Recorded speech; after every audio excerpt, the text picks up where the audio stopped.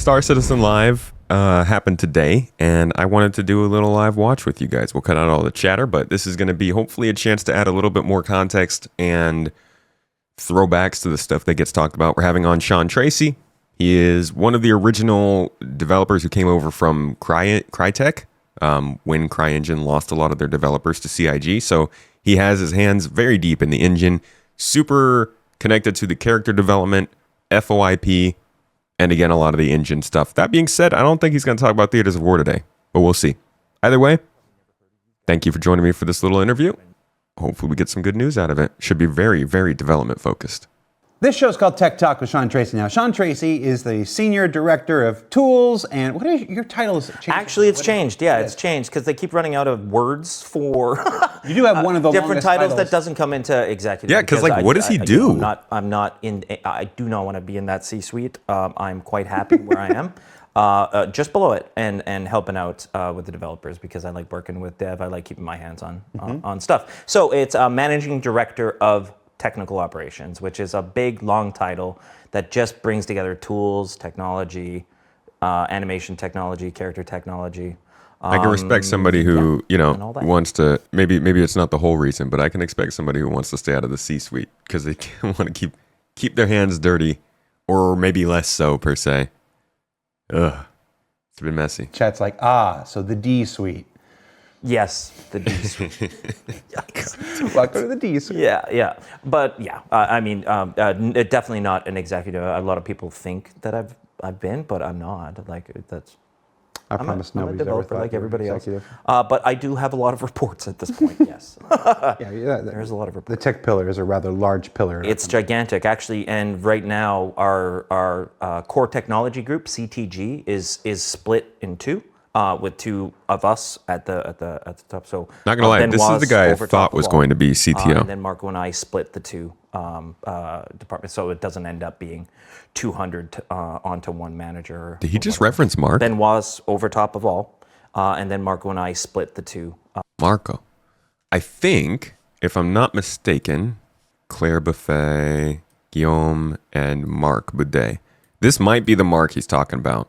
Because they both got pretty big positions at CIG when this acquisition happened, but I don't know what they got. CTG is split in two, with two of us at the top. So Ben was over top of all, and then Marco and I split the two departments, so it doesn't end up being 200.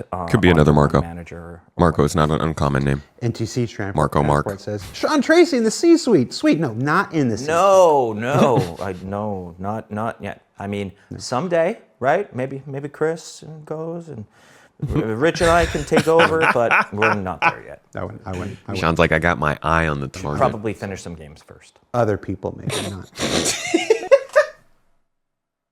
Mrs. Tomato, can we record that? Maybe Chris goes. Just that line? Rich and I can take should over. Should probably finish some games first. third. We're not there yet. I wouldn't. We should probably finish some games first. Other people. I like that. Maybe not. Maybe. Not you. Not me.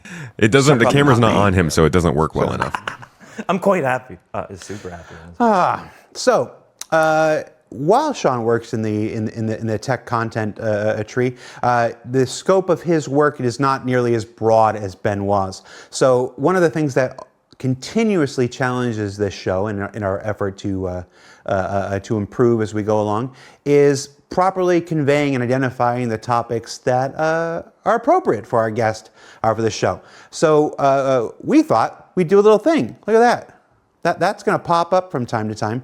Today's topics are questions and situations and improvements and whatnot related to the engine, which is StarEngine, the editor, which is the thing with the interface for the engine where everybody makes their stuff, all the various tools that allow all of our stuff to connect, whether you're using Blender or 3D Max or whatever.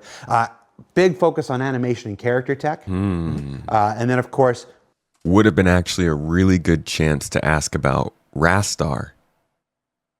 That's what we should have asked about for this week. Just a little bit of VR. Yeah, and it's dabbling. just because I'm helping. It's just because I'm helping. I can't dabbling. take anything away from Sylvan's work that's going on with VR, which is fantastic and it's great stuff. But by no means am I doing nearly the hands-on work that he's doing. I'm just involved a little bit. Gotcha. So we're going to start with we're going to start into the questions as we usually do. We put a thread up on Spectrum. We went through and pulled the questions that were actually related to the topics. Let's just be real plain up front. The overwhelming majority of the questions were not on the topics for this person, but people like to try. So we're going to get into the this live is from just a couple hours ago. And the first question we have was about the character customizer expansion. This was actually about 8 different questions that we've all sort of combined into one here. Will we be able to edit body type, height, weight, scars, cybernetics, image-based face creation, FOIP scan import? Dude. Talk to us about the future of the character customization. All right, so it's a great question, and all of the topics that they brought up there have been brought up by Chris. So the short answer is Yeah, the height one's obvious. When? Wow. There's a lot of pieces to Wait, that. are they going to do height? One of the things that is It's not obvious. coming sooner than it is later is scars, and we call it's the feature and the technology of it is blood, sweat, and tears is what we call it, right? So it's so the characters can bleed, so they can sweat, so that they can cry, and what that does bring you is some decal. It's so that we can represent the actual CIG offices in the game. Support for the characters, and that's I think they're really happy. There are actually a lot of people to have scars and things like that. That starts getting into, so the tech enables this, but that starts getting into design discussions like, okay, when does a scar get made, right? Does a scar last forever? How long does it last? How does Death of a Spaceman work into scars, blood, sweat, tears, these kind of things? Our scars remind us that the past is real, Sean Tracy. For that, but it will be completely enabled. So we're going to be able to put a character in, just put the scar on them, looks great. But as far as that being a dynamic thing that happens when a player is playing, again, we've got to have design discussions to see exactly how that would work out, but the tech would absolutely allow it. So that's just on scars. The body question is a bit of a bigger question, and it's already been a mandate that Chris has put forward that he wants to be able to have custom bodies. Now, I'm not going to talk about the height adjustment because the height adjustment is a different problem than is the, I call it thin fat variations. So thin fat variations have been around for ages and ages and ages. And the old way of doing it is you literally have a thin one, you have a fat one, and you kind of blend in between all of them, right? As you guys know, we have a really, really sophisticated system in DNA within the face. What I'd like to develop and what we are beginning to develop now is DNA for the body. So DNA for the body would give us basically all the same abilities that we have within the face, giving a massive amount of ranges of body types that you could blend in between depending on different controllers or whatever you want to do. So that's where Chris wants to take. I didn't expect that. I didn't think we were going, because there's the real difficulty that comes about when you start getting into animations of getting in and out of ships, in and out of vehicles, body dragging, handcuffs, all that kind of stuff. It's going to be interesting to see how they handle that with different sized bodies. But I don't think they've confirmed that we would get different sized bodies before this. Maybe. Make this. Now, there's so many challenges, guys, because it's not just about doing the body. Like, I think a lot of people think about the customization. They see a guy standing there in an outfit, and they're like, cool, that should just work. I agree, but that amalgamation of a character is like 12 assets, all independent, right? If I were to restart this game again, I would make every body the exact same topology, every shirt on top of it the exact same topology, so that we could do those blending kind of things. But that's why we've got to utilize something like DNA and a Raptiformer on top of it to be able to do that. But so you guys are aware, when we mark up a hair or we mark sunglasses, toques, or anything around the face, it takes some time. It's a lot like skinning. We have to mark up the vertices to say how much or how little do you move, how do you move, whether it's elastic, whether it's a rigid. It takes some time.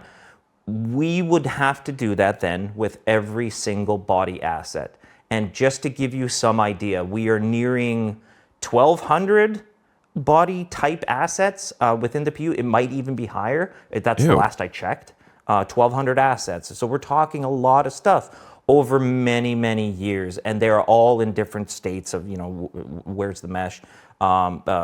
LODs, face orders. It's tricky. So the things that go on the face to make DNA work, we know the vert order of every single one of those faces, and we know the vert order of the attachment, so we can move it. But if we have all these assets on top of a body, we don't know that. So basically, we have to make a Protoss body, like we have the Protoss head, which is the mass average. Then we have to mark up every single asset that would go on top of it. And then the Zerg. To move appropriately within all those ranges. So it's just a lot of work. So I think... Sounds like Tet Debt is a little bit of that problem. Obviously, I think that's where most of their problems come from. It's obviously not a priority to either, but this is actually cool. I didn't know we were going to get customizable bodies.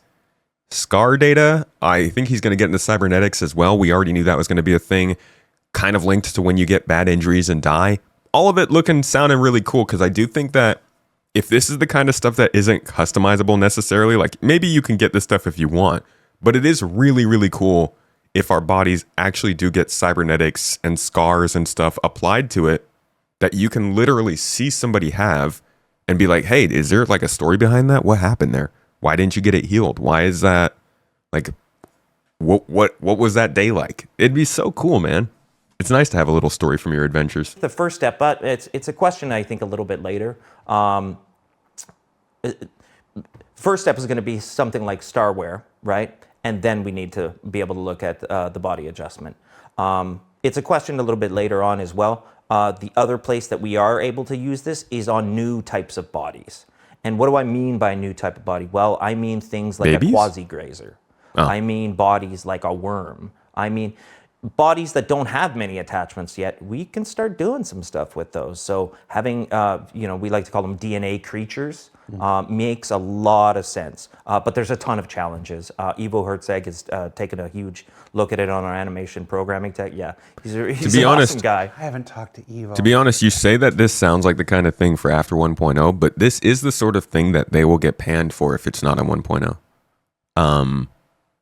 Being able to customize your body is something people expect from a game, I think, and they'd probably get some crap for not including that in the first version. Well, I talked to him yesterday. Well, there was a bug in his code. Granted, I expected them to. I'm surprised they're doing it. It was not a bug in his code. It was somebody else's that sits near him, so that was funny. But yeah, he's already looked into this, and we've started sort of the investigations into it. So that's body, and I realize this is a very long-winded answer, but that's a lot of questions in one. We like wind. So we've gone over scars, we've gone over bodies. What was the other? Oh, cybernetics. Let's go. Oh, cybernetics. Yeah, cybernetics is much easier. Hit it. We actually have I've been waiting so long to hear more about characters that use cybernetics already. There's there's something at Battaglia within the PU, and there may or may not be some within Squadron as well that we've used that. Here's our cybernetic. So, for to reference. do it on a character is pretty straightforward for us. It actually relies on the and here's what they've talked about for us to work really well, because Starwear will be able to adapt to different arms, different lengths of like. There's a whole bunch of stuff that will come with those attachments. So I think that's shortly to come. There's no tech stopping us now from the cybernetics of it. But the question then begets: can you take it off? What happens to FPS gameplay when you take your right arm off? Yeah, this is what I want. There's some questions to be answered within. I know some of you be looking for these, but that would not be a very Star Citizen approach. Yeah, but how ridiculous would characters look running around the okay, yes, you can put a gun in your left hand, but right now all of our animations all very much expect that you're holding that weapon like this, so they're just running around like that. Like, come on, that's not really going to work out. Yeah, you have to have an arm. NPCs, 100%, right? No problem. And I think you'll see a lot of that. How crazy would that be if they just let us run around with one or no arms? You're just playing this game where you can legitimately not have. The new challenge would be like you'd see a bunch of YouTube videos. They're like, I did the no arm challenge. I beat the game without arms. Freaking Chad, dude. In the coming year, for NPCs actually using that kind of stuff, because it's there, and we do a lot of it. So that is cybernetics. Image-based. Legless Daemar Rally. Image-based face creation. Yeah, I mean, I love this conversation because, as you know, anybody that's followed the project for a long time has known that I'm really into the weirdy tech, like the FOIP tech, or trying to scan things. As they might be aware, I did all the scanning systems for Squadron 42 for all our head DNA. So this is near and dear to my heart because, of course, when we go sit down on a scanner, as you have, right, and we spent a good time, we got you to shave, which was... I shave semi-regularly. Yeah. It just usually comes back by the time we got the you show to goes. shave and scanned you up, and now we have a glory. Oh, I need to tell the... Bro, no. Stealing people's limbs. That would be the best type of griefing, dude. I'm sorry, but you just imagine like somebody piping up on chat and they're like, I just started this game 2 days ago and I died today and somebody killed me and then downed me, and when I respawned I didn't have a leg and now I can't go anywhere. And CIG's like, no worries, we've got this new leg for you, sponsored by UPS. It has LTI. And like, you just go to the store. About this picture we have. You Why know, UPS? the dental dam. So, so we have a great What? image community, What? and maybe if you, I don't know, you're gonna have to make a Spectrum thread and really, really request this one. It is of Jared's teeth in a dental dam. He looks beautiful. I think it's great. I love the fact that we now have 8 directors who were very specifically selected. I have this as ammo in case, you know. Yeah, you don't just have. You're making this sound like it's some weird thing that I did for you. You have the entire for everybody. You have the entire development leadership. So when we scan ahead, we need to scan the teeth because we do give you the actual teeth of the character. Because if you put somebody, this is gonna sound weird. If you put somebody else's teeth in somebody else's mouth, it doesn't we look do right. give you the actual teeth of the character. Yes, Star we do. teeth, dude. Yeah, absolutely. They can Star check the dentist. DNA. What's it going to be? It's cool. Star ortho? So we have Jared Starpedics. with his poor dental dam in there, you know.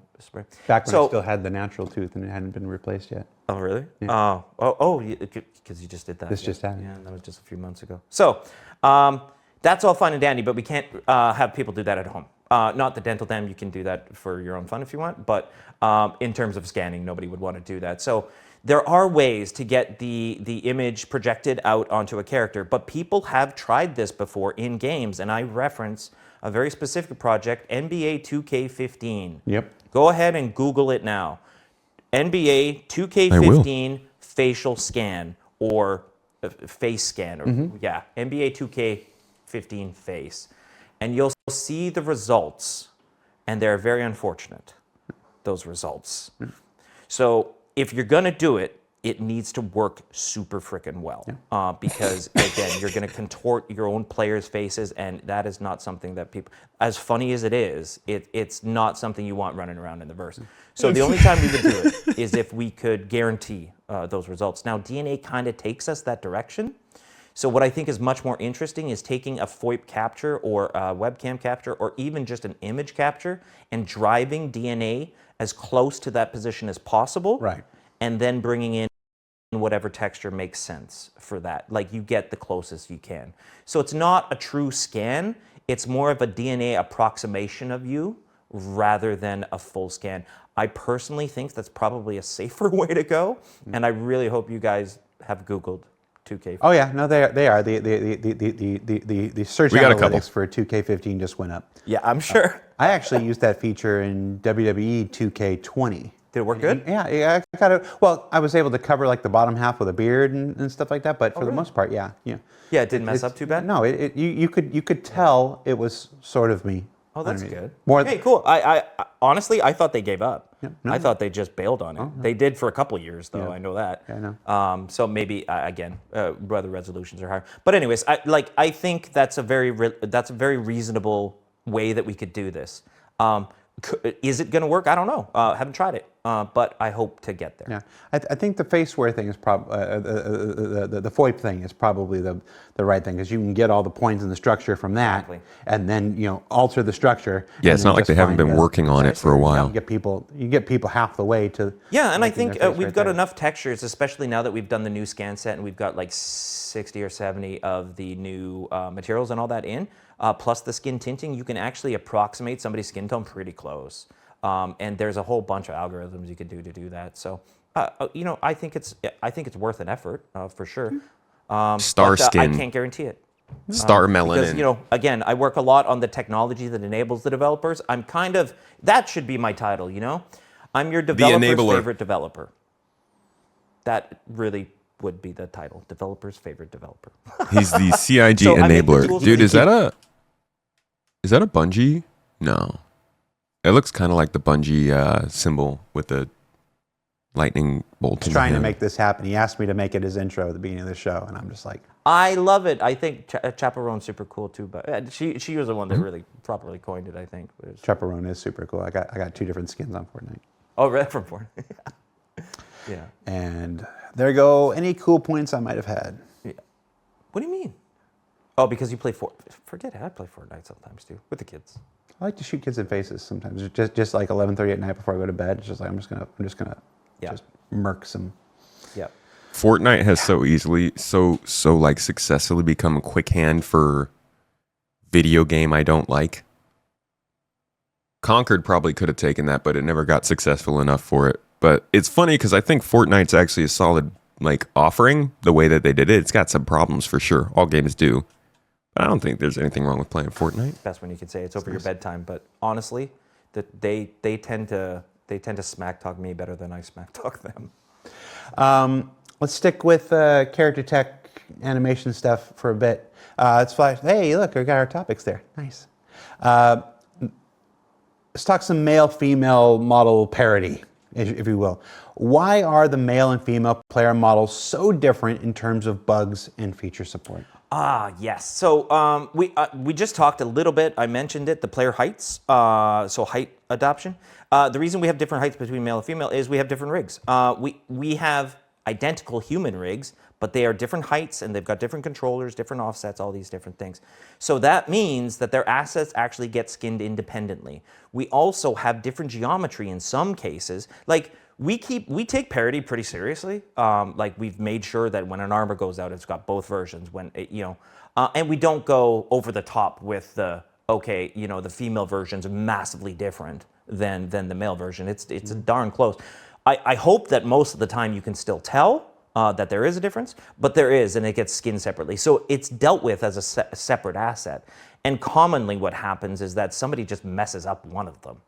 Or they're in a rush, or we're trying to get a whole boatload of assets done at one time, and either the male one gets missed and the female one goes in, or the female one gets missed and the male one goes in. So it happens, but we are really trying to keep parity in place as much as possible. So the reason those break down is just because they're 2 separate assets, completely different.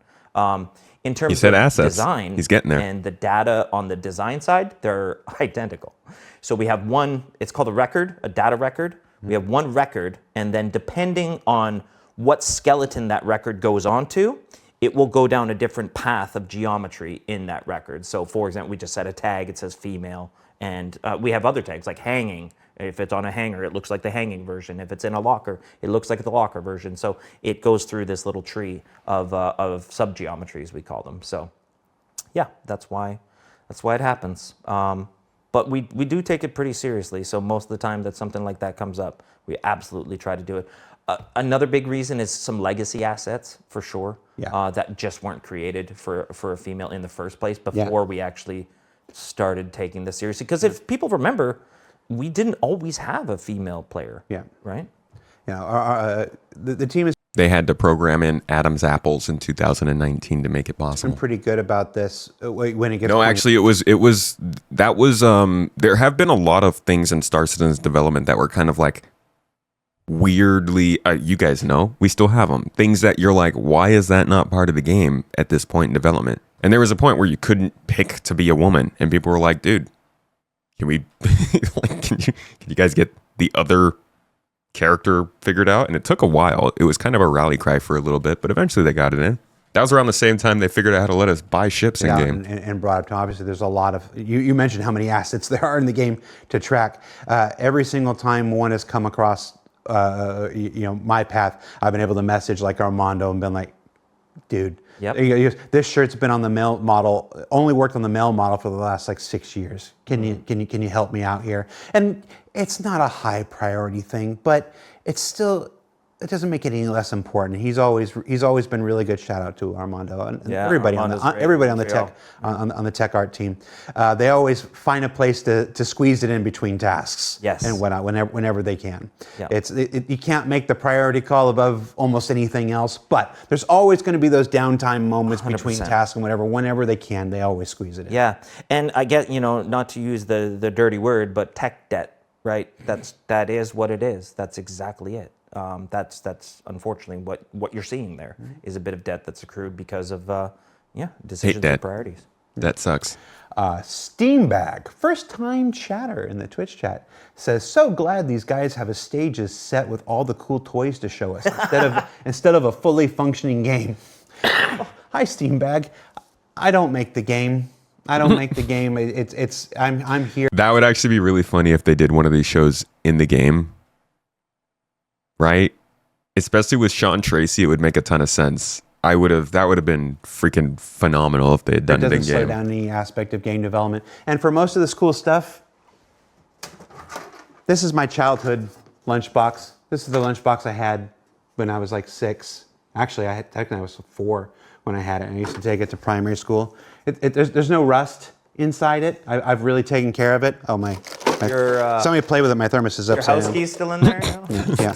But this stuff, Somebody played doesn't with it. slow down the game at all. It just helps communicate and helps educate. Helps let people know what's going on. So, you wouldn't want me in code. Although, I did have I was the first person to add multiplayer to the Hangar module. Oh, really? Way back when, yeah. I got into a hyperfocus for like 4 days straight where I only slept like 8 hours. And I took the CryEngine SDK, I took the Hangar module at the time, like the first one, and I took a less than legal copy of Crysis 2. And I basically just was comparing everything like this, and I basically managed to put multiplayer back into the Hangar module because it's just a So you're why our crisis bonuses were really small. He's why they had to go through that whole lawsuit. Yeah, and I packed it all up and I sent it to a guy in Australia, and we actually were able to log into each other's Hangar, and we had the first FPS. Yeah, for those who don't know, CIG had like a pretty long court situation with Crytek over the years. It got figured out, and it was dismissed without prejudice in CIG's, I guess in CIG's favor. But boy, oh boy, that was a period of time. We did a race. There's videos on YouTube and everything, but that's what I used to do before I worked. No, that's awesome. It's not coding though. It's just raw Data management. I want to understand how this works kind of thing. That's cool. But again, that doesn't fix a game really. It just causes trouble. Tools. How many tools would you say you've made, and how have they accelerated development? Well, honestly, if you count how many tools I've made, it's not nearly as many as how many CTG has made, right? And we're easily hundreds and hundreds of different tools, scripts, because it's like, what's a tool, right? Is it an executable? Is it a Python script? Is it a Python script within Maya? Is it a Mel script in Maya? Is it Max script? We've got so many. TechArt has a whole bunch. We've got CTG tools. We've got engineering tools. We've got designer tools. We've got production tools. We've got I've got my Frame.io to Jira tool recently. So there's honestly probably upwards of 1,000. I mean, but it's all going to depending on what the function of that given tool is, because what it's designed to be. A tool here is to force multiply somebody doing something. Whatever that may be. And a lot of times it's to speed things up. That is probably how I spend most of my day, is trying to figure out how much faster a person can go if I made a process easier for them, if I put something in front of them that made a lot of sense. So a lot. And we've got entire teams dedicated to even different areas of the tools. Like just alone on the editor, right? We've got a team for the editor. It's not a gigantic team, but it's a very, very busy one that is maintaining, again, there's thousands of tools just in there. No, I think I actually would really love to sit down and talk to Sean Tracy, because one of the most interesting questions is how all these tools work. Like I keep bringing up Rastar. That's because Rastar was worked on as this tool to make points of interest. But now it seems maybe like it's been delineated or become legacy because Starcloth is now supposed to be working on points of interest. I don't know. Do we know? We don't. What happened to Hex? Is that still being worked on so that the reputation can run through Hex and that can link up with the simulations in StarSim and Quanta? Are they still using the Odin editor for that? Is Houdini still working well through Mighty Bridge so that they can very easily bring in devs from other parts of the industry and not have to teach them how this game is working? I do hope that they answer some of those questions, but I'm just now realizing like there's a lot of stuff that Sean Tracy could answer. That'd be very useful. And the way this interview is going, I don't know if that stuff's going to come up. Maintaining the Python implementation in the editor, maintaining all the plugins within the editor, whether that's a character tool, whether that's a mannequin tool, whether that's the universe outliner, whether that's level design tools. So there's a whole bunch that happens there. So that's one team. Then we've got another team that works on kind of global tools. I call it, it's CTG Tools UK. They work on tools like, yeah, I know, right? It's like super uninventive. The cheekier names get confusing, though. That's the only problem, right? So they work on kind of the global tools for all the developers. So this is anything outside the editor they tend to work on. So a good example is copy build. When I got to this company, there was literally no way to download a build to your computer. You had to open up our Perforce, and I'm not sure everybody knows Perforce, but it's our source control repository management, and you would sync everything. It's our military branch in the Per. Everything. And you would launch it. And I was like, crazy. So they then got a build system. Great. Okay, so now the thing runs through a build and it makes a little package, an artifact. And the best thing they had was just copy paste from network onto a local drive. Okay, so we have evolved, obviously, to honestly, just as good as any other company that's out there in terms of our back-end build infrastructure and our distribution, which is what CopyBuild does. Yeah. So CopyBuild does the patching, does all this kind of work. So basically, everybody runs CopyBuild that is going to be working on the game. Mm-hmm. Almost everybody, anyways, runs CopyBuild as our build distribution. So they work on that. They also work on a very, very big tool called DataForge. And a lot of people will come on here and talk about DataCore or DataForge records or entity. We hear a lot about that in monthly reports. Records or whatever. That is the tool that manages those. It's huge. There's a lot to it. There's a lot of data, and there's a lot of interfacing in that data that people do. So, I'm just rattling off a whole bunch of them, but that is what those guys work on, which is generally overall. Then we have, a newer team, a little bit newer, right? Montreal Tools. And Montreal Tools works on Starcloth, first of all. That's been discussed quite a bit, I think, especially with the new planets on the way. And that's going to be the way to propagate the locations out in a less manual way than we've been doing it, because it's the only way that we're going to be able to scale. But that is when things are going to ramp up like crazy location-wise. That's going to get a lot faster. Even beyond what they have. I mean, we just delivered 2 star systems in the same calendar year. Yeah. This is going to take us to the next level. Exactly, and it's all part of Genesis, which is great. So they're working on that. They also work on some density profilers within the engine. We're also working on a system called Tiny Machine, which is a smart asset system. I don't want to get too into details on it, but smart assets are cool. It's basically as you move something around the environment, it actually has contextual awareness of where it's doing, what it's doing. Just a super simple example is if I put a ladder up to a wall, it'll adjust to that wall depending on what that height is. So then that way, level designers, it's not like, oh, I need the 10-meter ladder, I need the 15-meter ladder, I need the 6. They just put a ladder there and it's tall enough and it works, right? Like that's kind of the idea with Tiny Machine. Shoot, dude. Oh man, that kind of. Not gonna lie, I love. One of the things that I've been really enjoying getting stuck into Notion has been like tweaking pages to make everything efficient and work better and do things automatically for me. Sometimes you end up getting more into procrastination than productivity with those kinds of things. I feel that, but I have been enjoying it. And this sounds just like that. Makes me freaking piss myself, the thought of not having to specifically look for the exact door you need. You just put like something in the space and then it just creates what you need there. That sounds I cool. think that'll append to Starcloth. But that's all kind of within its own wheelhouse. And then even beyond that, we have like online tools, online services tool team, the OST and the live tools team, which works on a tool in our backend called Bootstrapper, which is basically the way that we run our environment without having to send it up to AWS. So you can kind of run the environment locally now. It's getting harder and harder to do that because our universe is bigger and bigger. So trying to run those servers on just a local PC can take a lot of memory out of it. So if you're a developer and you're running Max, Maya, Editor, the client, and Bootstrap, it can kind of get a little heavy.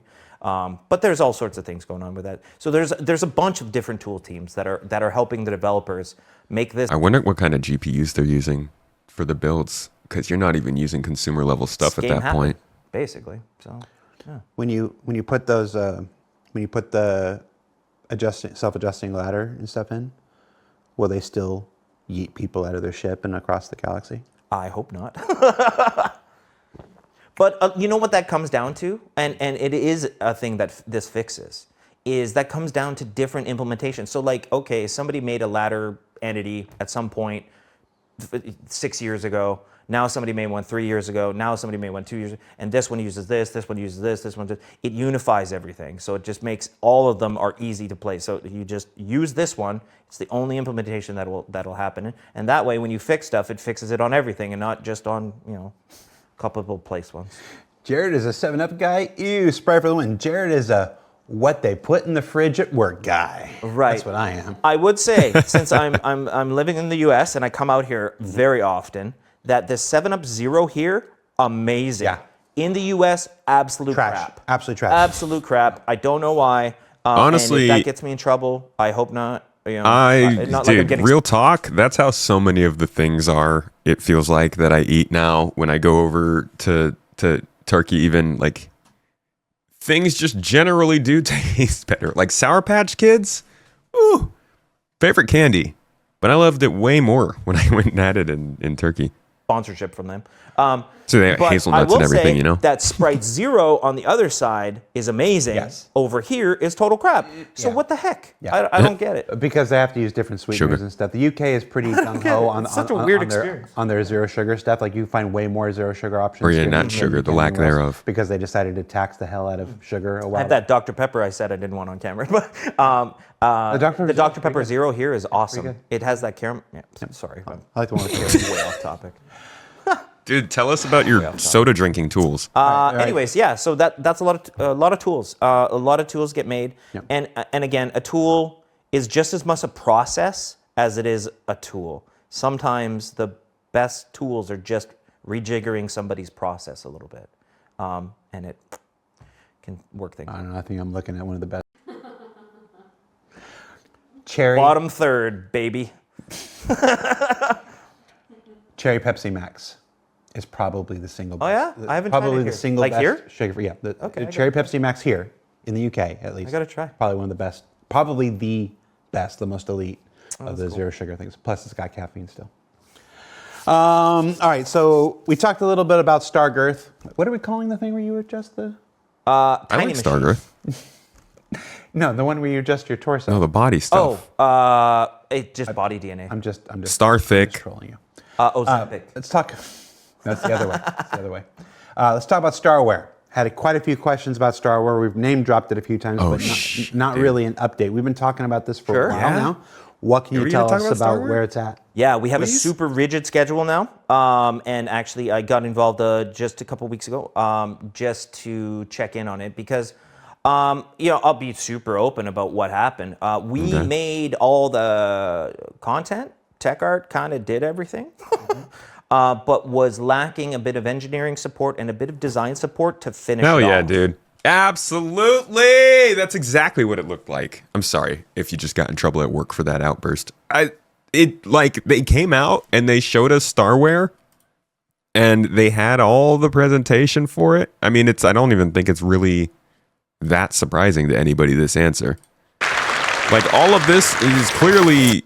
Last additions to the team. They had armors picked out. Okay, we've seen these armors getting dropped into the game over the last year, so it's not like they were lacking on actually creating the assets themselves.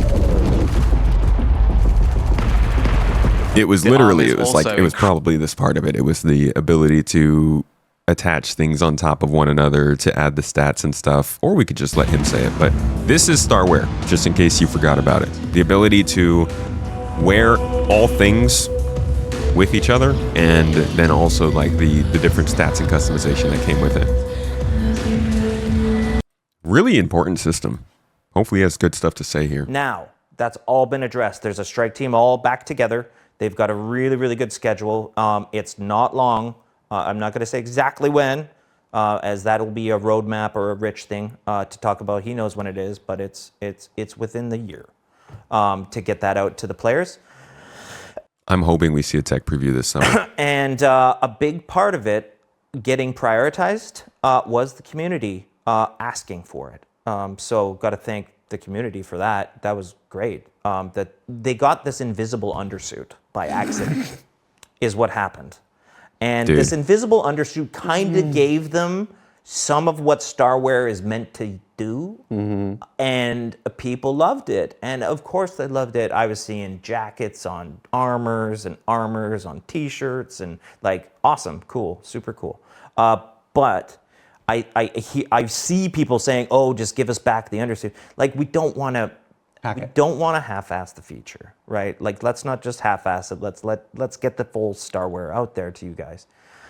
So designs come in, engineering support's already in, so they're already working together. A small change happened once we got the designers involved. It was just splitting up.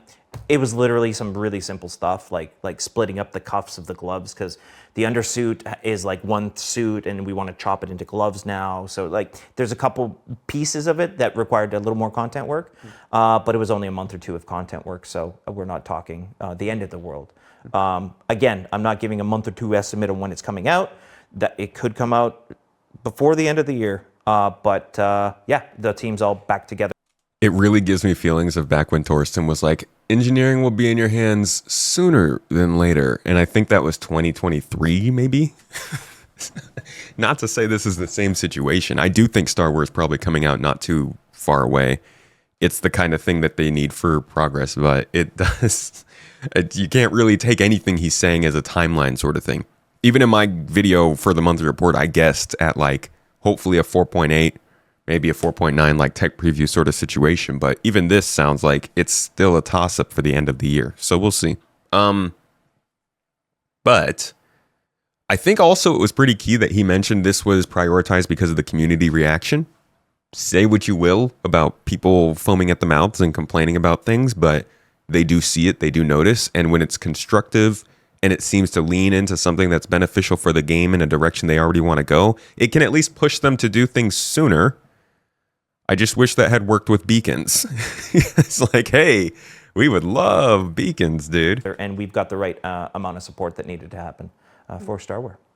I mean, you could have just left the visible undersuit in until you were ready. Why do you hate fun? Well, Why do you hate fun, Sean? Well, I hate fun because it would give a false representation of what you could do. And if something that they could do with the invisible undersuit as a bug doesn't work in Starwear, they're going to then want that back, right, within Starwear, whatever that may be. And that might be a design-breaking thing. So I don't want to give false representation, I guess, towards it.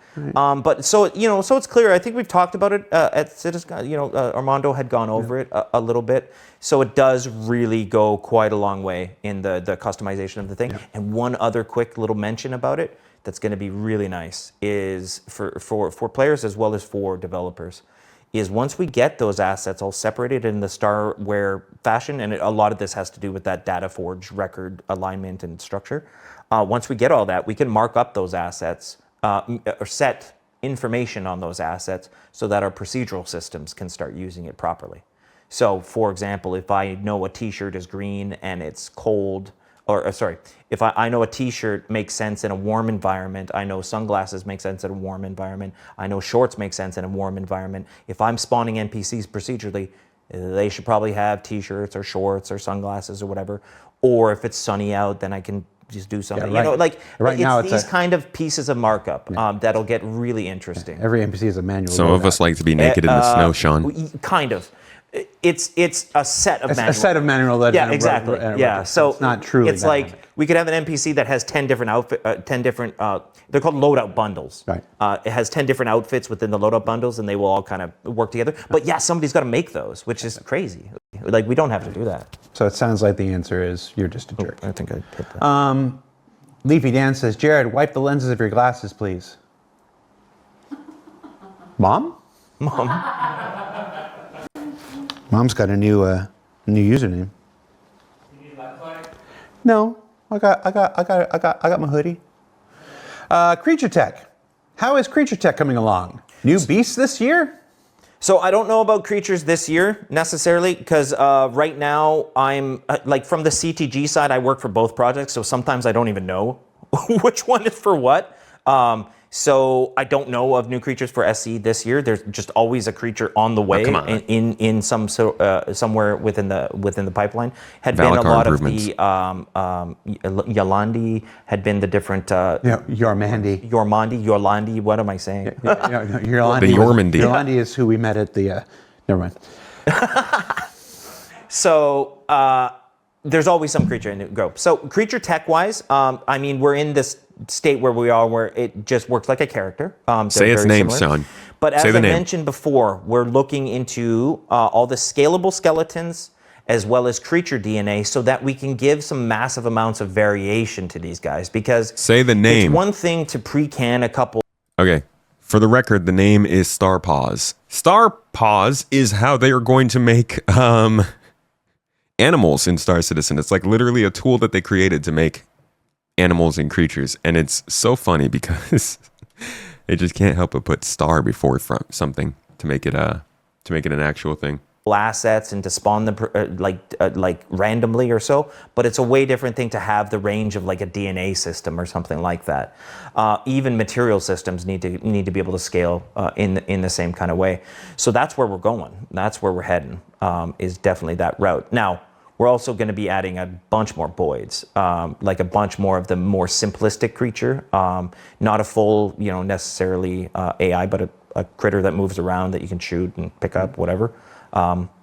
So that's kind of the state of creature. Okay. And I want to tack on to that answer. When Sean says he doesn't know, he's not being coy like, oh, I don't know if we're going to make it. He's saying he doesn't know. Yeah. He's not part of the scheduled content. Doesn't make the content plan for the year. He just works on the tech behind. When other people determine it's ready and all the other aspects beyond his stuff, it makes it ready, that's when it goes in. And you often, come around going, oh, I didn't realize that went out. 100%. Yeah. We know why he's saying that, because last year he said something about not knowing about Squadron 42, and everybody was like, Data, Squadron 42 is delayed.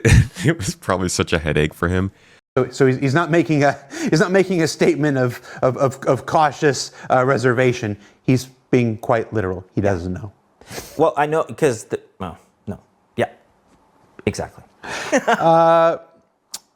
Destructible foliage, vegetation. Oh. Can we chop Maelstrom. down trees or run over vegetation like in the original CryEngine? So that's a great question. You can't right now, obviously, because people have probably driven their cars into the trees and stuff like that. Small ones, I think we just disappear sometimes, but most of them you just run into. So the original Crisis, so it's clear, was super ahead of its time. It used a cutter object. It was really cool, and anybody that does 3D modeling will understand a Boolean subtraction.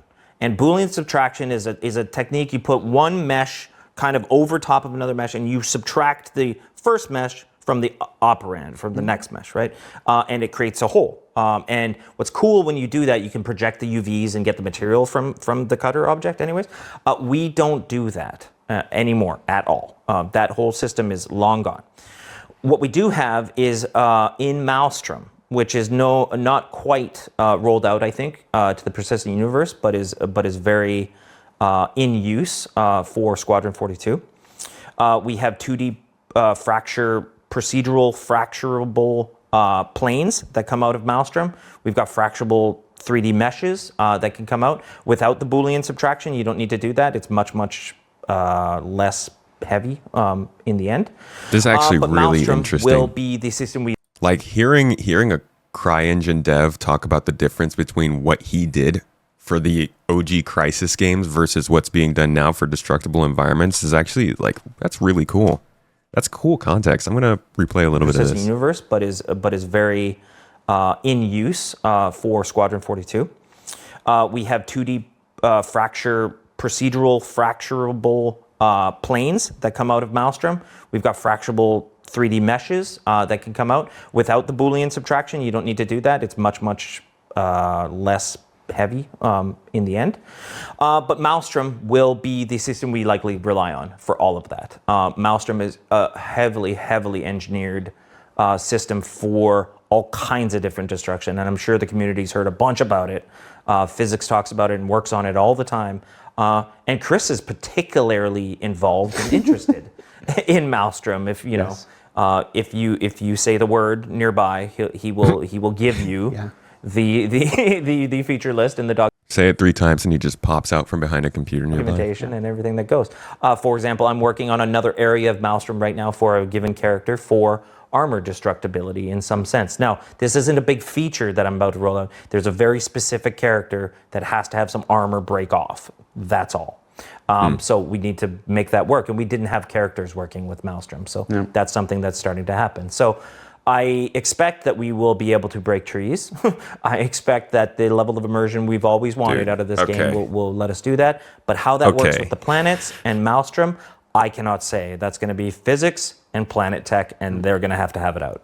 Let's just not take that as confirmation that they're going to allow for trees. I feel like it's way too easy to hear that and then run away with it. Because he said he expects it, but it is up to physics and like the engine. That'd be crazy, dude. Oh, man, that would be wild. I mean, we've seen what they want to do with trees. It's crazy. It's actually nuts. Let me show you. Let me give you a little reminder just in case, like, because the idea of breaking trees with the new way they want to do it. Here, let me show you how they're expanding the trees in this game. From the new upcoming tech. Whatever. This is what it used to look like. And that's what it's supposed to look like in the next version. So, like, the idea of being able to clear out a group of trees and make like a little outpost in here is amazing. But is that like actually in a freaking streamed environment? Nuts, dude. Either way, it's cool.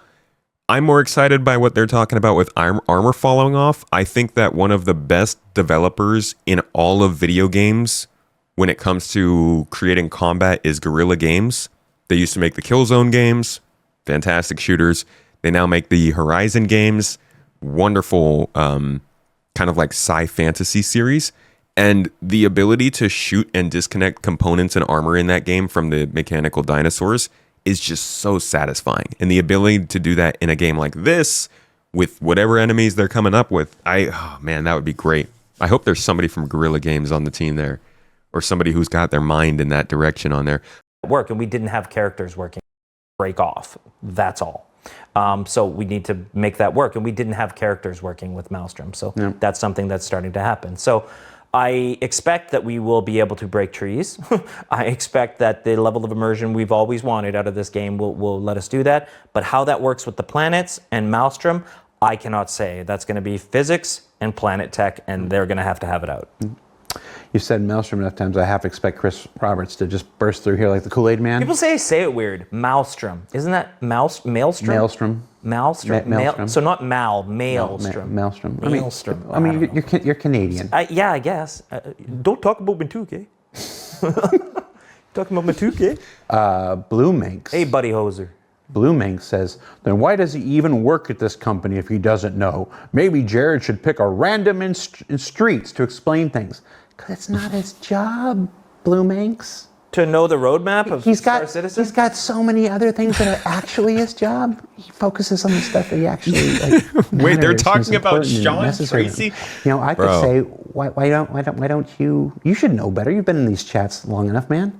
People make You've been really here dumb in comments, in man. these chats, How are you watching supposed to these know shows everything in the long enough company? that you know? I'm gonna suspect that that's a troll question, and you get to be timed out. Look, I just timed you out.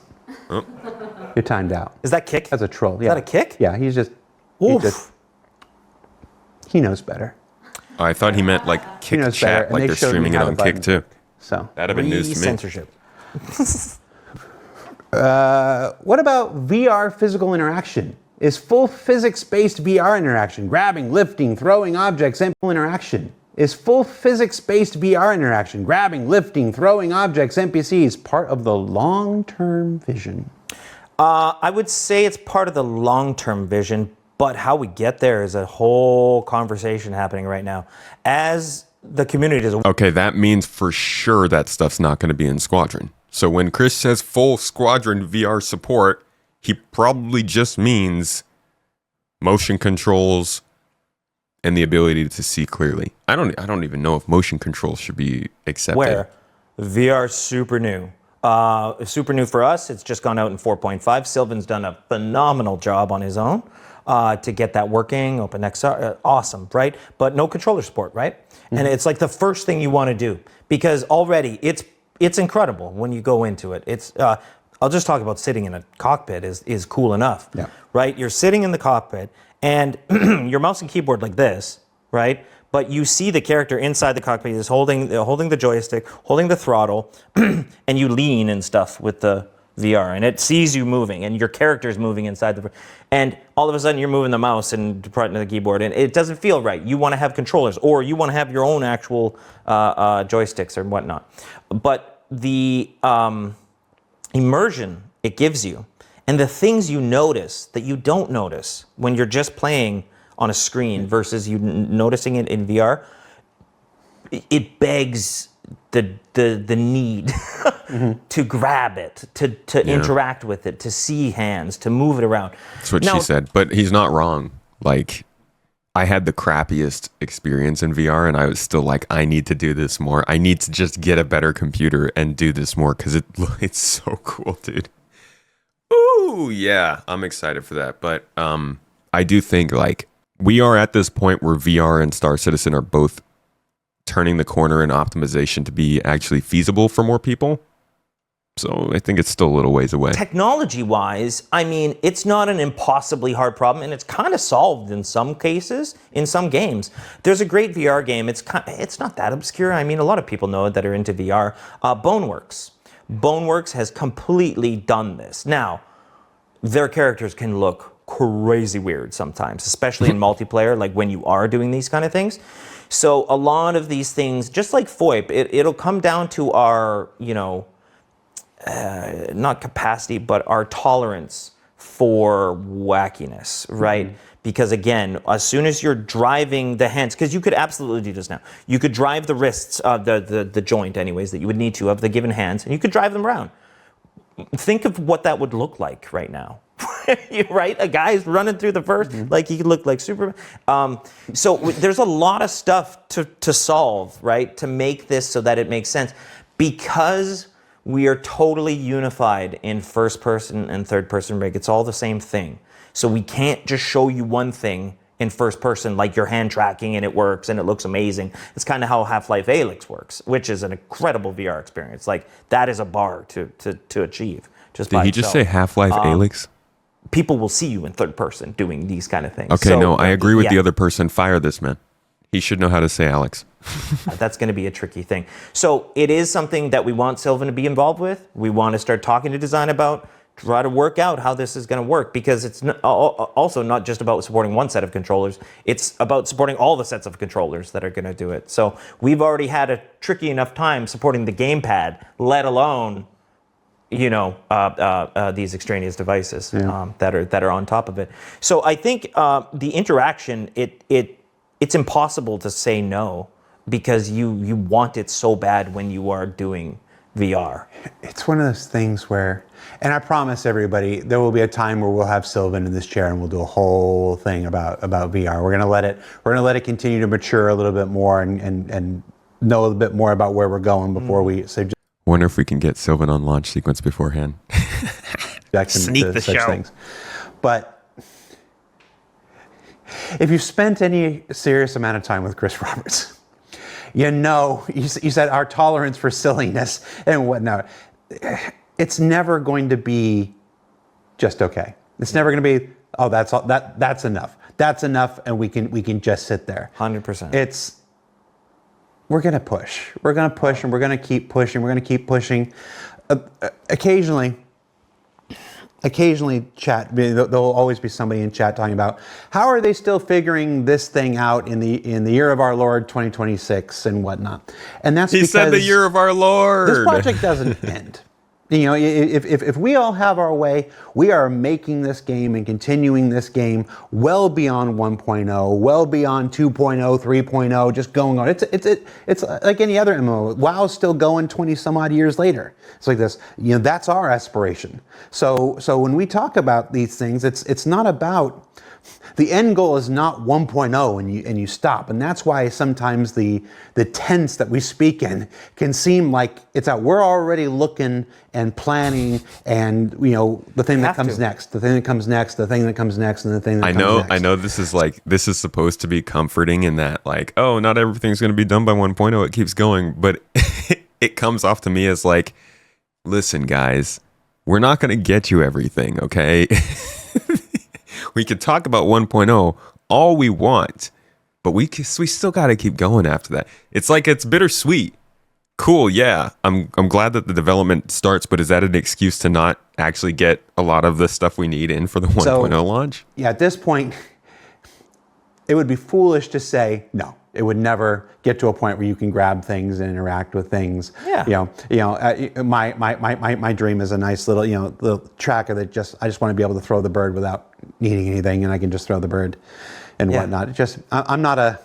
But think about it. We have diegetic screens. We have diegetic UI. We have the cockpit. So, of course, we need to do it at some point. But when, who, what? We don't have a VR team. Right. Yeah. The timings and details I just can't give. But to your point, which is so good, that we have to look that far ahead because we have to make decisions now that we don't regret later.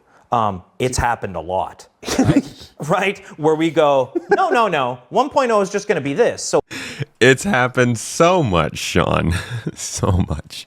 We're going to do this, we're going to do this, we're going to do this. It's going to be great. And then that changes. And we're like, shit, now I'm wrong. I say it this way internally sometimes to people. You will eventually be made to be wrong, right? At some point. Just try to project yourself as far as you can so you're not. What's wrong? They've been wrong so much. Did I just reveal something that was like some... nothing. No. Nothing that's never been nothing that's been a secret on this show. It's just the number of times over the years. You've been here 14, 13? 13. Yeah, 13. I mean, I would say this kind of stuff could be said much more often. A lot of the things that end up being mistakes don't really get acknowledged as mistakes. Like, we completely stopped getting postmortems on updates, which is, sure, that was taking resources and stuff, but that was a great way for us to see how they were learning from the mistakes they were making with these launches. Now they just kind of make a release, and then the CTO comes on, and he's like, we've got a score that we have to meet, and we'll meet it, and then we get an update that's terrible. It would be great for us to be able to hear why it was bad, what mistakes were made, but I don't think we get that near as much as we could with this project anymore. Contrasted with the CR interview, Squadron 42 is not happening. I would not in any way take contrasting two conversations to determine whether or not a 13-year-old developed game is coming out this year. Because from what I've heard, it still is. And I mean, we'll see. But I don't think virtual reality is going to determine whether Squadron comes out or not. I think if it does, if it's not ready, then CR looks like a liar. If it is ready, then okay, it goes in the game. But I don't think they would delay the game for that. That would be nuts. Just under. I've been here 11, going on 12 at this point. It's the number of times we've hit something because of a bad decision that was made 2 years, 3 years, 4 years, 5 years. And it was made back then with the best of intentions. Absolutely. It was made back then with all of the knowledge and experience and foresight that we could have had back then. I think this is a fantastic time for Sean to talk about Theaters of War, actually. This, like, I would have so much respect if he went and talked about how he pitched Theaters of War, what happened, why maybe it didn't work out. And then you just go, oh, well, we can either accept that or we can rework the inventory for the third time or the fourth time. And we don't accept it. Unfortunately, yeah, that's where we end up. If we can make something better, we're going to make something better. Sure. And we're not going to sell it short. That's what Chris says. I'm with The problem that people have is that many people like to, especially because he's saying that about the inventory, a lot of people would then go back and say, well, we could have told you the first inventory wasn't going to work. And I think part of it is just not building for the time at hand, and he should include that because this makes it sound like they just thought that these previous inventories were good enough for an MMO, and I don't think they did. I get it. Does it suck to eat that sometimes? Yeah, it does. But in the end, it does work out, and you got to trust that. Yep. Yeah. Yep.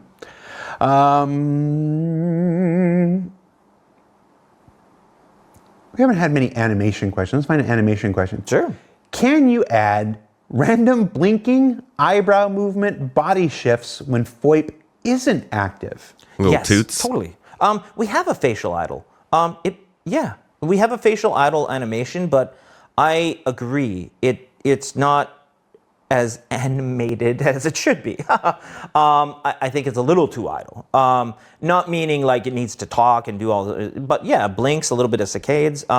A lot of times you do those separately, like you almost just put them in as procedural. So like you got eye saccades going on, you got blinks going on. I think that makes a lot of sense, and actually it's something for facial animation. But so it's clear, I know facial animation is spending the lion's share of their time right now wrapping up Squadron.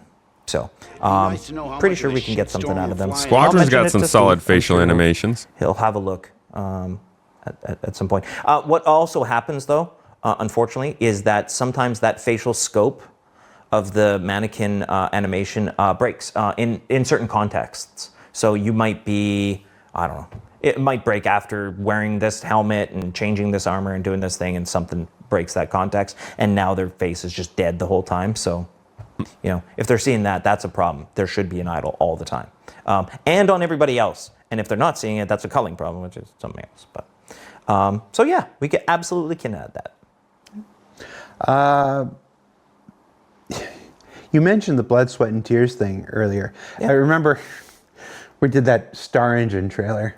No, trailer. It's 25-minute single The fly-through. I don't know what that one was. 25-minute uninterrupted your tour of everything StarEngine. And of all the tremendous features, of all the various aspects, the last thing that we end on is a guy crying. Oh, I know. I hated that. I thought it was such a, yeah. It was one of those things. I didn't like that. It's one of those things where you're so close to it when you're making it. Like there were so many hours. There were so many. We were so close to it that it never It wasn't until I'm in the audience, you know, run the show backstage. I'm like, okay, there's 25 minutes where nothing. And Was he crying? He wasn't crying. He was bleeding. It was bleeding. It was bleeding. It was the nosebleed. Right. He wasn't crying. It was bleeding. It was the nosebleed. I'm like, okay, I have a break from calling the show, so I take off and I go up and I want to watch this with the people and whatever. And it wasn't until it was live, and I've seen this thing 100 times. Yeah, bro. And the last thing is the nosebleed, and I'm like. So the question, I'm sorry, I'm way off. Is there a question on that? Because we're just shitting on ourselves. Yeah. Is that some? This question is basically: Are things like that just for the NPCs, or is that intended to come to players? No, it's intended for players. Absolutely. It's and the work on it is way more gory than I would have expected. It was actually so uncomfortable. Story time. We were doing a little bit of work on that system before. I had shown what a face looks like.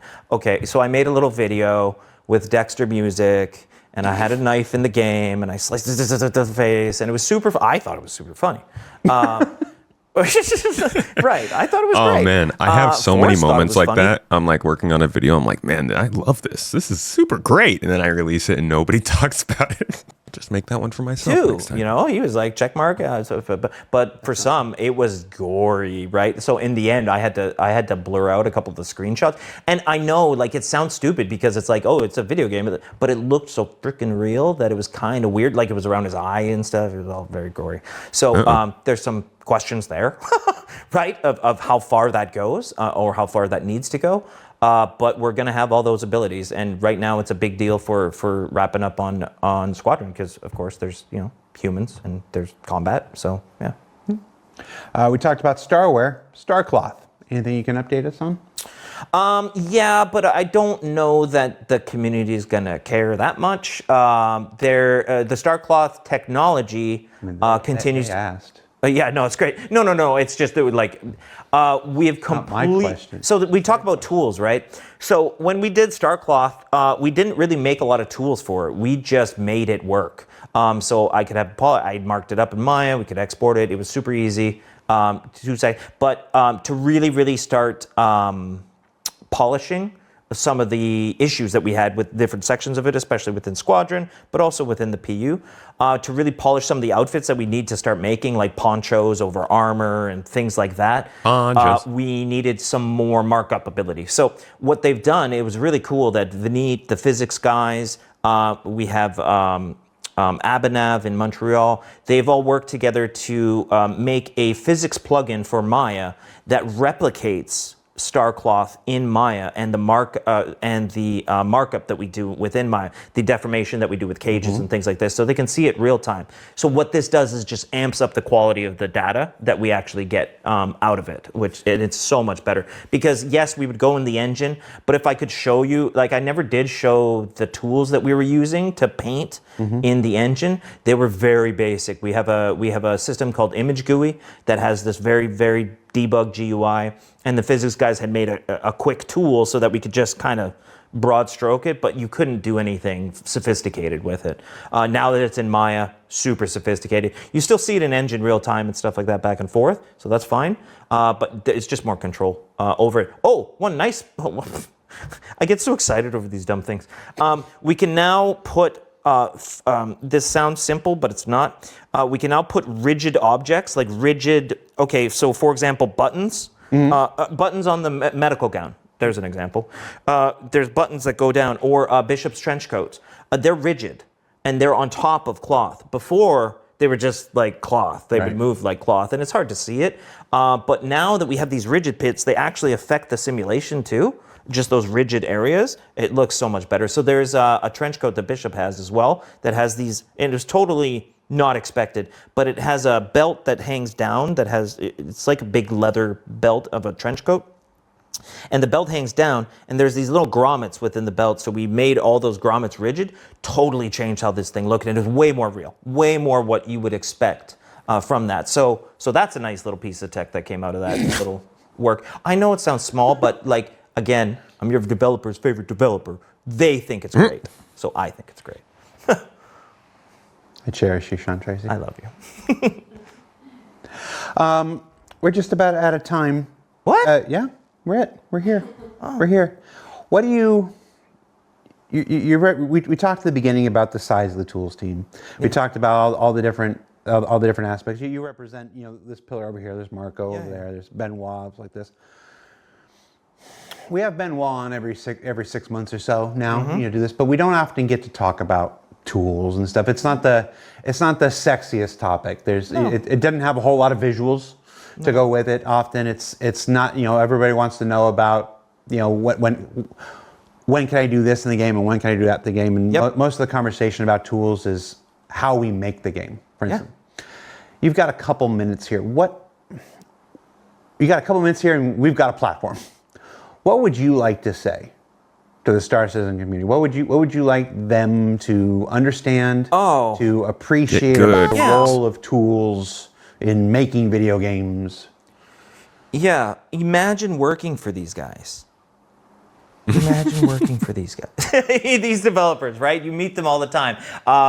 No, it's the biggest thing I want them to appreciate is that there is guys that are working for their favorite developers to do that job. Like always, we don't have middleware. We're not, like, it's the thing I'm really so proud of. Yes, we started out of Lumberyard. Yes, we started out of CryEngine. I've had a whole history with that. But we have become something so unique and so big that sometimes we're so busy on what we're doing. We look up and we'll even do some competitive analysis. I'll go into Unreal, I'll go into Unity, I'll look at other games projects or whatever and realize how at the top of the game we are. We are progressing amazingly, and those tools people are part of the reason why. There is huge areas of this game that aren't getting the tooling it needs, because I'm sure developers are watching this going, my tool's total garbage, right? Because I hear that stuff all the time too, every day. But it really depends on the area, it really depends on the process they're in, and it really depends on what they're working on. One of the things I like to say a lot of the times is that people like to complain about editor stability, is what I hear a lot. I'm like, hey, do you play the client? They're like, no, I'm always running in the editor. I'm like, well, listen, the client's running in the editor. So the editor's no more stable than the game.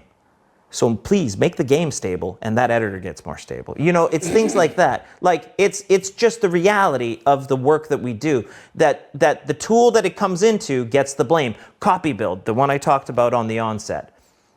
Exact same thing. Copy build's slow today. Copy build's not working. Copy build this, copy build that. And it's never copy build. It's always a network problem, build store issue, patcher bug, you know, like, so honestly, it's a tough job. It's a tough job. It's a tough job to take that kind of stuff, but it's also incredibly rewarding, because I was just doing some work today. I even said to the guy, just tell me it works. I need that dopamine hit. And realizing that, you know what, just in satisfying sometimes the request or the need of a developer, honestly gives me a sense of pride and joy and reward. So, you know, it's a great job to have, but it also can be tough. On the same token. So, you know, I think that's a solid reminder that these people are humans, and like, even if they're working in CIG, they can still be frustrated with CIG and things going on within the company. They're still working on things that other people in the company have to do, and like, it's not just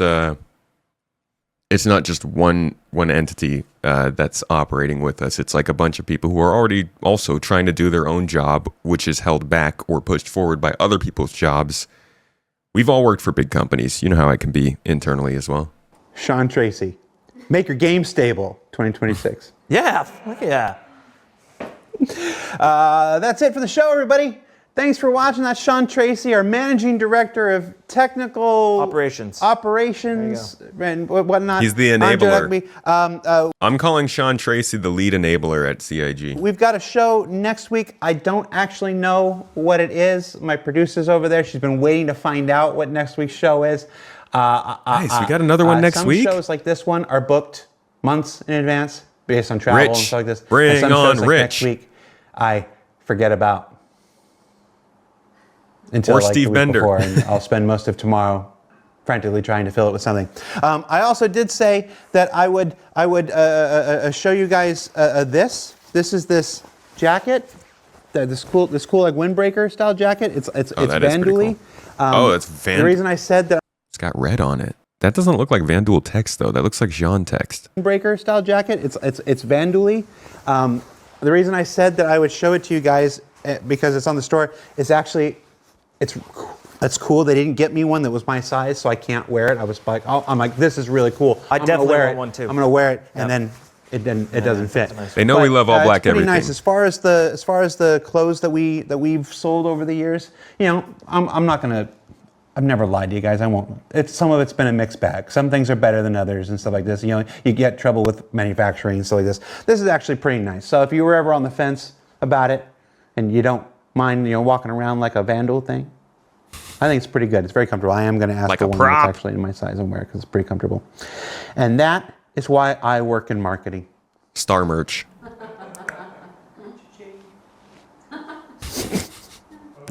Anyway, thanks for watching, everybody. Are we rating somebody? Oh God, yeah.